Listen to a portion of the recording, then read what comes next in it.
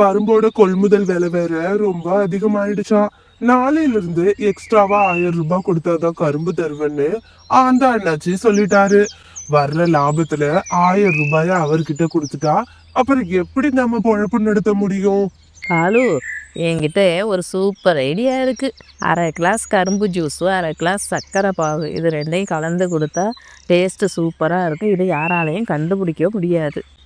யோசனை என்னவோ நல்லாதான் இருக்கு. ஆனா யாராச்சும் கண்டுபிடிச்சிட்டாங்கன்னு வச்சுக்கோ, அதுக்கப்புறம் நம்ம நிலைமைய கொஞ்சம் யோசிச்சு பாரு கௌரி. ஐயோ முட்டாள் காலு, முன்னாடி பயப்படுறத நிறுத்துங்க. இந்த காட்டிலேயே நாம மட்டும்தான் ஜூஸ் கடை வச்சிருக்கோம். பறவைங்களும் நம்மக்கிட்ட தான் வந்து ஜூஸ் குடிச்சாகணும். அந்த பறவைங்களை பொறுத்த வரைக்கும் நம்ம கொடுக்கறது தான் சுத்தமான கரும்பு ஜூஸ். ஒரு வழியா கோரி சொல்ற யோசனைக்கு காலுவும் சம்மதிச்சது. பிறகு மறுநாள் காலையில பொழுதும் விடிஞ்சது. காகங்கள் 2 பேரும் வழக்கம் போல அவங்களோட கரும்பு ஜூஸ் கடைக்கு வந்தாங்க. அவங்களோட பிளான் படியே ஒரு பாத்திரத்துல சக்கரை பாக தயார் பண்ணி அதை ஜூஸ் மிஷினுக்கு அடியில மறைச்சு வச்சாங்க. கொஞ்ச நேரத்திலேயே மிட்டு கிளி ஜூஸ் குடிக்கிறதுக்கு வந்தது. அதுகிட்ட கலப்படம் பண்ண கரும்பு ஜூஸை கொடுத்தாங்க. தம்பி, ஜூஸ் எப்படிப்பா இருக்கு? அக்கா, ஜூஸ் ரொம்ப சுவையா இருக்கு. இவ்வளவு தித்திப்பான கரும்பு ஜூஸ நான் இது வரைக்கும் குடிச்சதே இல்லை தெரியுமா அப்படின்னு மிட்டு சொன்னுச்சு. இது கேட்டு காகங்கள் ரொம்பவே சந்தோஷப்பட்டாங்க. பிறகு கொஞ்ச நேரம் கழிச்சு கபூத்தரும் மீனுவும் ஜூஸ் குடிக்கிறதுக்கு வந்தாங்க. ஜூஸை குடிச்ச மீனு அதுல ஏதோ கலந்துருக்கு அப்படிங்கிற விஷயத்த கண்டுபிடிச்சா. என்ன, ஜூஸ் ரொம்ப இனிப்பா இருக்கு. கரும்பு ஜூஸ் இனிப்பா இல்லாம அப்புறம் என்ன கசப்பாவா இருக்கும்? நீ முன்ன கரும்பு ஜூஸ் குடிச்சிருக்கியா இல்லையா? இந்த நக்கல் பேச்செல்லாம் என்கிட்ட பேசாதீங்க. இங்க பாருங்க, எனக்கு சொந்தமா ஒரு கரும்பு தோட்டமே இருக்கு. அதனாலதான் கேக்குறேன். ஒரிஜினலான கரும்புக்கு இவ்வளோ இனிப்பு சுவையே இருக்காது. ஆனா உங்களோட ஜூஸ் மட்டும் ரொம்ப தித்திப்பா இருக்கு. அதான் எப்படின்னு கேக்குறேன். நாங்கள் ஸ்பெஷலாக அதிக இனிப்புள்ள கரும்பை வாங்குறோம். அதனால தான் எங்கள் கரும்பு ஜூஸ் இவ்வளோ இனிப்பாக இருக்கு அப்படின்னு கௌரி சொன்னா. பிறகு மீனுவும் கபூத்தரும் அங்கிருந்து கிளம்பினாங்க. அந்த குருவி நம்மளோட கலப்படத்தை கண்டுபிடிச்சிட்டுன்னு நினைக்கிறேன். அதெல்லாம் கண்டுபிடிக்காது காலு, நீங்கள் ஒன்றும் கவலைப்படாதீங்க காலு. பிறகு ராத்திரி பொழுதும் வந்தது. மீனுவோட எண்ணம் மொத்தமும் அந்த கரும்பு ஜூஸ் மேலேயே இருந்தது. அந்த காகங்கள் ஏதோ கலப்படம் பண்ணி ஜூஸை விற்கிறாங்கன்னு தோணுது. அந்த காகங்களோட முகத்திரையே நாம கிழிச்சாகணும். இல்லைன்னா இந்த ஜூஸை குடிச்சு காட்டுல இருக்கிற எல்லா பறவைங்களுக்கும் உடல்நிலை மோசமாயிடும். அப்படி யோசிச்ச மீனு மறுநாள் காலையில பொழுது விடிஞ்சதும் அவ தோட்டத்துல இருக்கிற கரும்புகளை அறுவடை பண்ணினா. பிறகு காகங்களோட கடைக்கு பக்கத்திலேயே அவளும் ஒரு ஜூஸ் கடைய வச்சா. கரும்பு ஜூஸ், கரும்பு ஜூஸ், ஒரு கிளாஸ் 10 ரூபாய், கலப்படம் இல்லாத சுத்தமான கரும்பு ஜூஸ், வாங்க வாங்க. பாத்தியா கோரி, அந்த குருவிக்கு எவ்வளவு திமிரு இருந்தா நம்ம கடைக்கு பக்கத்திலேயே கடைய போட்டிருக்கோம். அது மட்டும் இல்ல, அவகிட்ட போய் இப்ப யாராச்சும் ஜூஸ் குடிச்சாங்கன்னா அதுக்கப்புறம் நம்மளோட கரும்பு ஜூஸ் கலப்படம்னு கண்டுபிடிச்சிருவாங்க. அத நினைச்சாதான் எனக்கு ரொம்ப பயமா இருக்கு கோரி. ஆமா காலு, என்னானாலும் சரி அந்த பறவைகிட்ட யாரும் ஜூஸ் குடிக்க வரவே கூடாது. இன்னையிலேருந்து ஒரு கிளாஸ் கரும்பு ஜூஸை 5 ரூபான்னு சொல்லி போர்டாக மாற்றுங்க. பிறகு காலுவும் ஒரு கிளாஸ் 5 ரூபான்னு மாத்துனுச்சு. இப்போ காட்டுல இருக்கிற பறவைங்க எல்லாரும் பழையபடி கோரி கிட்டேயே வந்து ஜூஸை குடிச்சாங்க. மீனுக்கும் யாருமே ஜூஸ் குடிக்க வரல. இதனால மீனு ரொம்பவே கவலைப்பட்டா. பிறகு ராத்திரி பொழுதும் வந்தது. மீனு அவ பொண்ணுகிட்ட நடந்த எல்லா விஷயத்தையும் சொன்னா. அம்மா, எனக்கு ஒரு ஐடியா இருக்கு. நாம பறவைங்களுக்கு ஃப்ரீயா ஜூஸ் கொடுக்க கூடாது. தங்கம், நீ சொல்ற மாதிரி இலவசமா ஜூஸ் கொடுத்தா எல்லாரும் வந்து குடிப்பாங்க. ஆனா நமக்கு நஷ்டம் ஆயிராதா? தினமும் ஃப்ரீயா கொடுக்க வேணாமா, ஒரு நாளைக்கு மட்டும் கொடுங்கம்மா அப்படின்னு சாய்ஸா சொன்னா. பிறகு மறுநாள் காலையில மீனு எல்லாருக்கும் இலவசமா ஜூஸ் கொடுக்கறதுன்னு சொல்லி போர்டை வச்சுச்சு. உடனே காட்டுல இருக்கிற எல்லா பறவைங்களும் மீனு கடையிலேயே ஜூஸ் குடிச்சாங்க. அடடே, என்ன ஒரு அற்புதமான சுவை! ஒரு கரும்பையே நேரா சுவைச்சு சாப்பிடுற மாதிரி இருக்கு. ஆமா மிட்டு, நீ சொல்றது சரிதான்.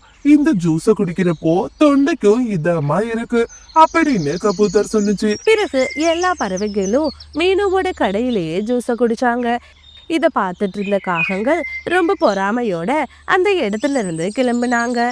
மீனுவும் எல்லா பறவைங்களையும் கூப்பிட்டு இப்படி பேச ஆரம்பிச்சா. உங்க எல்லார்கிட்டையும் நான் ஒரு உண்மையை சொல்லணும். அதுக்காக தான் நான் இந்த கடையையே போட்டேன். நீங்க நினைக்கிற மாதிரி அந்த காகங்கள் சுத்தமான கரும்பு ஜூஸ உங்களுக்கு கொடுக்கல. போன வாரம் அந்த காகங்கள் எல்லையில இருக்கிற அந்த அழுக்கு ஓடையில இருந்து தண்ணியை எடுத்துட்டு போனாங்க. சந்தேகப்பட்டு அவங்கள பின்தொடர்ந்து போனேன். அப்பதான் அவங்க அந்த தண்ணியில சக்கரை பாகை தயாரிக்கிறத பார்த்தேன். அந்த சக்கரை பாகை நீங்க எல்லாரும் குடிச்ச கரும்பு ஜூஸ்ல கலக்குறாங்க அப்படின்னு மீனு சொன்னா. இதை கேட்டு பறவைங்க ரொம்ப அதிர்ச்சியானாங்க. பிறகு மறுநாள் காலையில பொழுதும் விடிஞ்சது. வழக்கம் போல காகங்கள் 2 பேரும் கடைய திறந்தாங்க. கரும்பு ஜூஸ் ஒரு கிளாஸ் 1 ரூபாய்க்கு தர்றோம், வாங்க வாங்க. கோரியோட சத்தத்தை கேட்டு பறவைங்க எல்லாரும் அவங்களோட கடை பக்கமா போனாங்க. ஜூஸ் மிஷினுக்கு அடியில இருக்கிற அந்த கலப்படமான சக்கரை கரைசலை கபூதர் வெளியே எடுத்துச்சு. ஏய், உனக்கு எவ்வளவு தைரியம் இருந்திருந்தா இவ்வளவு நாளா அசுத்தமா இருக்கிற இந்த சக்கரை கரைசலை ஜூஸ்ல கலந்திருப்ப. எனக்கு நீங்க பண்ண எல்லா தில்லுமுள்ளு வேலையும் தெரிஞ்சிடுச்சு. இனிமே நீங்க 2 பேரும் இந்த காட்டுலயே இருக்க கூடாது. ஒழுங்கு மரியாதையா இங்க இருந்து ஓடிடுங்க அப்படின்னு சொல்லி பறவைங்க எல்லாருமா சேர்ந்து காகங்களை அடிக்க ஆரம்பிச்சாங்க. அடி தாங்க முடியாத காகங்கள் அங்கிருந்து உயிர் தப்பிச்சா போதும்னு ஓட ஆரம்பிச்சாங்க. மீனுக்குருவி நினைச்ச மாதிரியே அந்த பேராச காகங்களோட திட்டத்தை முறியடிச்சு காட்டுல இருக்கிற எல்லா பறவைங்களோட உயிரையும் காப்பாத்திட்டா. இப்போ மீனுக்குருவியும் ரொம்ப மலிவான விலையில சுத்தமான கரும்பு ஜூஸை எல்லா பறவைங்களுக்கும் கொடுத்தா. இதனால மீனுவும் சரி மற்ற பறவைங்களும் சரி ரொம்ப சந்தோஷமா அவங்களோட வாழ்க்கையை நடத்தினாங்க. இந்த மாதிரி ஸ்டோரிஸை தொடர்ந்து பார்க்கணும்னு நினைச்சீங்கன்னா மறக்காம நம்மளோட மீனு கார்ட்டூன் தமிழ் சேனலை சப்ஸ்கிரைப் பண்ணுங்க. தொலைவன காட்டுல மீனுங்கிற ஒரு ஏழை குருவி வாழ்ந்துட்டு வந்தா. அவளுக்கு சொந்தமா 2 ஆப்பிள் மரங்களும் இருந்தது. நாள் தவறாம அந்த ஆப்பிள் மரங்களுக்கு தண்ணி ஊத்தி அதை ரொம்ப கவனமா வளர்த்துட்டு வந்தா. இப்போ அதுல நிறைய பழங்களும் பழுத்திருந்தது. அப்பாடா, இவ்வளவு நாளா கஷ்டப்பட்டதுக்கு ஒரு பலன் கிடைக்க போகுது. எப்படியோ இன்னும் 2-3 நாளில மீதம் இருக்கிற பழங்களும் நல்லா பழுத்துரும். அப்படி சொல்லி சந்தோஷப்பட்ட மீனுக்குருவி பிறகு தன்னோட வீட்டுக்கு வந்தா. மீனுக்குருவி 2 முட்டையிட்டு அதை அடைக்காத்துட்டு வந்துட்டு இருந்தா. அவளுக்கு தான் வீட்டை நினைச்சு ரொம்பவே கவலையா இருந்தது. ஏன்னா அவளோட வீடு ரொம்ப சேதமடைஞ்சு பழைய வீடா இருந்தது. இன்னும் சில நாட்களிலேயே என்னோட குழந்தைங்க 2 பேரும் வெளியில வந்துருவாங்க. அதுக்குள்ள நான் என்னோட பழங்களை வித்து அதுல கிடைக்கிற லாபத்தை வச்சு ஒரு புது வீட்டையும் கட்டணும். என்னோட குழந்தைங்க வெளியில வரும்போது அவங்க எந்த சிரமமும் இல்லாம நல்ல ஒரு வாழ்க்கைய வாழணும். அப்படி பேசின மீனுக்குருவி பிறகு தான் கூட்டுல படுத்து தூங்க ஆரம்பிச்சா. மறுநாள் காலையில பொழுதும் விடிஞ்சது. வழக்கம் போல தன்னோட ஆப்பிள் தோட்டத்துக்கு வந்தா. நிறைய தண்ணீர் எடுத்துட்டு வந்து அந்த தோட்டத்துல இருக்கிற மரங்கள் எல்லாத்துக்கும் ஊத்துனா.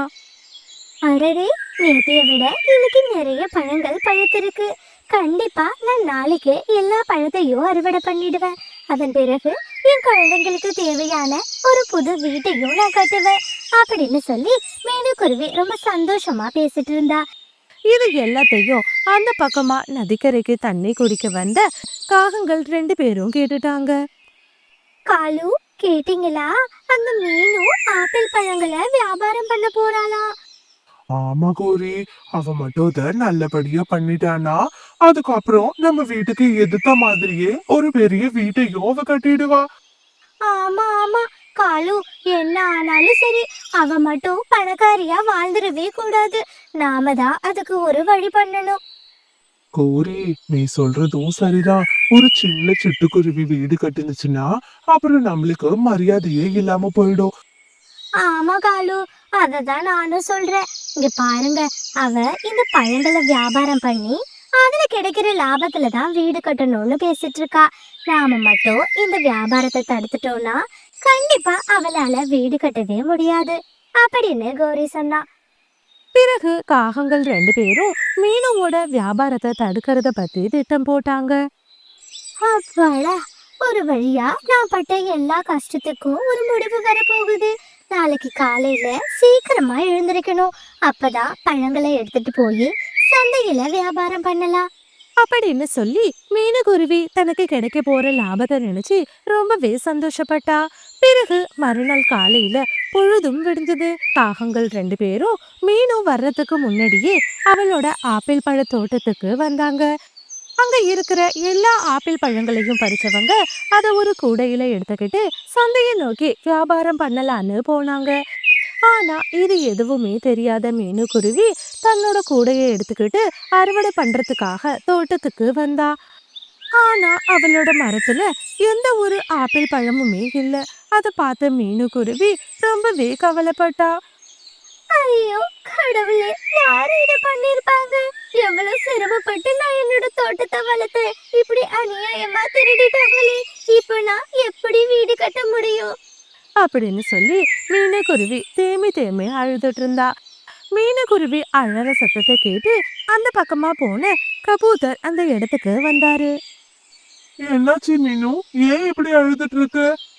கபூதரண்ணா, யாருன்னே தெரியல. ராத்திரியோட ராத்திரியா என்னோட பழங்கள் மொத்தத்தையும் திருடி இருக்காங்க. இத நம்பிதான் என் குழந்தைங்களோட எதிர்காலமே இருந்தது. ஐயோ மீனு, தயவு செஞ்சு அழாத. நீ அழறத பார்த்தா எனக்கு ரொம்பவே பாவமா இருக்கு. இங்க பாரு மீனு, என்கிட்ட ஒரு யோசனை இருக்கு. அதுபடி நீ பண்ணுனீன்னா கண்டிப்பா திரும்பவும் உன்னால பழங்களை அறுவடை பண்ண முடியும். அப்படியா? என்ன யோசனை கபூதரண்ணா? மீனு, என்கிட்ட ஒரு மந்திர தண்ணீர் இருக்கு. அத நான் உனக்கு தரேன். அதை எடுத்துட்டு வந்து நீ உன்னோட மரங்களுக்கு ஊத்து. கண்டிப்பா உன்னோட பழங்கள் மொத்தமும் திரும்ப கிடைச்சிரும். அப்படின்னு கபூதர் சொன்னுச்சு. இதை கேட்ட மீனுக்குருவி ரொம்பவே சந்தோஷப்பட்டா. பிறகு மீனுக்குருவி கபூதர் கிட்ட இருந்து தண்ணியை எடுத்துட்டு வந்து அவளோட மரங்களுக்கு ஊத்துனா. அடுத்த நொடியே மரம் மொத்தமும் ஆப்பிள் பழங்களா பழுத்து தொங்க ஆரம்பிச்சுச்சு. இதை பார்த்த மீனுக்குருவி ரொம்பவே சந்தோஷப்பட்டா. கபூதரண்ணா, ரொம்பவே நன்றி. நீங்க செஞ்ச இந்த உதவிய நான் எப்பவுமே மறக்க மாட்டேன். மீனு, நன்றி எல்லாம் சொல்லாதம்மா. இந்த தோட்டத்துல நிறைய ஏழை பறவைங்க தினமும் வந்து பழங்களை சாப்பிடுவாங்க. ஆனா ஒரு தடவை கூட நீ அவங்கள எந்த ஒரு வார்த்தையும் சொல்லி திட்டுனதே இல்ல. அப்படி இருக்கும்போது இன்னைக்கு உனக்கு ஒரு நஷ்டம் ஏற்பட்டிருக்கு. அதை எப்படி நான் கண்டுக்காம போக முடியும்? வனதேவதை இந்த தண்ணியை என்கிட்ட கொடுக்கும்போது சொல்லிதான் கொடுத்தாங்க. சுயநலம் இல்லாத ஒருத்தர் இந்த தண்ணியை உபயோகிக்கும் போதுதான் இந்த தண்ணியோட மகிமை அவங்களுக்கு கிடைக்கும்னு. அதே மாதிரிதான் இன்னைக்கு நீ உபயோகிச்சிருக்க, உனக்கு அதுக்கான பலனும் கிடைச்சிருக்கு. சரி மீனு, ரொம்பவே நேரம் ஆயிடுச்சு. நீ சீக்கிரமா உன்னோட பழங்களை அறுவடை பண்ணு. அப்படின்னு சொல்லிட்டு கபூதர் அதோட வீட்டுக்கு திரும்ப போனுச்சு. மீனுக்குருவி எல்லா பழங்களையும் அறுவடை பண்ணி அதை எடுத்துட்டு போய் சந்தையில வியாபாரம் பண்ணினா. அது மூலமா அவளுக்கு நிறைய பணமும் கிடைச்சிச்சு. அந்த பணத்தை வச்சு மீனுக்குருவி தன் குழந்தைங்களுக்காக சொந்தமா ஒரு வீட்டையும் கட்டி முடிச்சா. இப்போ மீனுக்குருவியோட குழந்தைங்க 2 பேரும் முட்டையிலிருந்து வெளியில வந்தாங்க.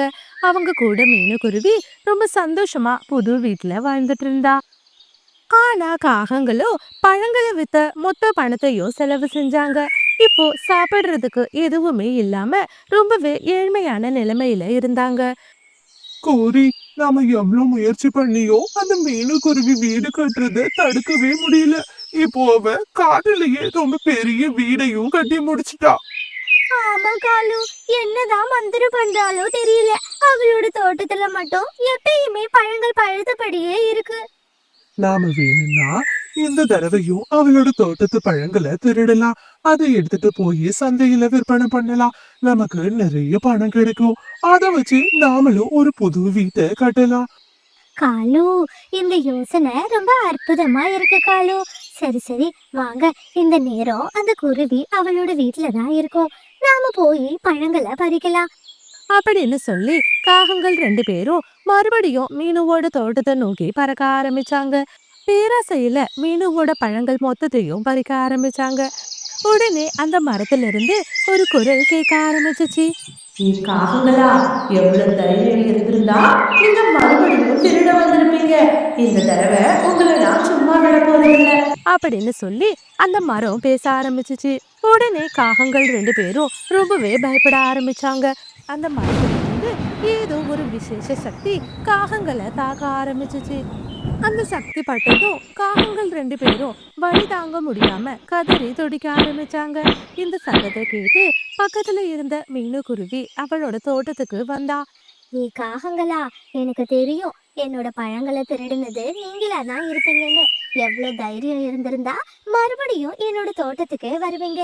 இங்க பாருங்க, இப்போ என்னோட மரம் சாதாரண மரம் இல்ல, அதுல ஒரு மந்திர சக்தி இருக்கு. என்னோட பழத்தை திருடணும்னு நினைச்சீங்க, கண்டிப்பா அது உங்களை உயிரோட விடாது. ஒழுங்கு மரியாதையா இங்க இருந்து ஓடுங்க. அப்படின்னு சொல்லி மீனுக்குருவி காகங்களை மிரட்டினா. இதை கேட்டு பயந்து போன காகங்கள் உயிர் தப்பிச்சா போதும்னு சொல்லி அங்கிருந்து ஓட ஆரம்பிச்சாங்க. அன்னையிலிருந்து மீனுவோட பழத்தோட்டத்துல யாருமே திருட நினைக்கிறதே கிடையாது. இப்போ மீனுக்குருவியும் அதுல கிடைக்கிற லாபத்தை வச்சு ஏழை பறவைங்களுக்கு உதவி செஞ்சுட்டு தான் குழந்தைங்க கூட ரொம்ப சந்தோஷமா வாழ்ந்துட்டு இருந்தா. இந்த ஸ்டோரி உங்களுக்கு பிடிச்சிருந்துச்சுன்னா லைக் பண்ணிட்டு இந்த மாதிரி நிறைய ஸ்டோரிஸை பார்க்க மறக்காம நம்மளோட சிட்டு பேர்ட் ஸ்டோரிஸ் சேனலை சப்ஸ்கிரைப் பண்ணுங்க. தேங்க்ஸ் ஃபார் வாட்சிங்.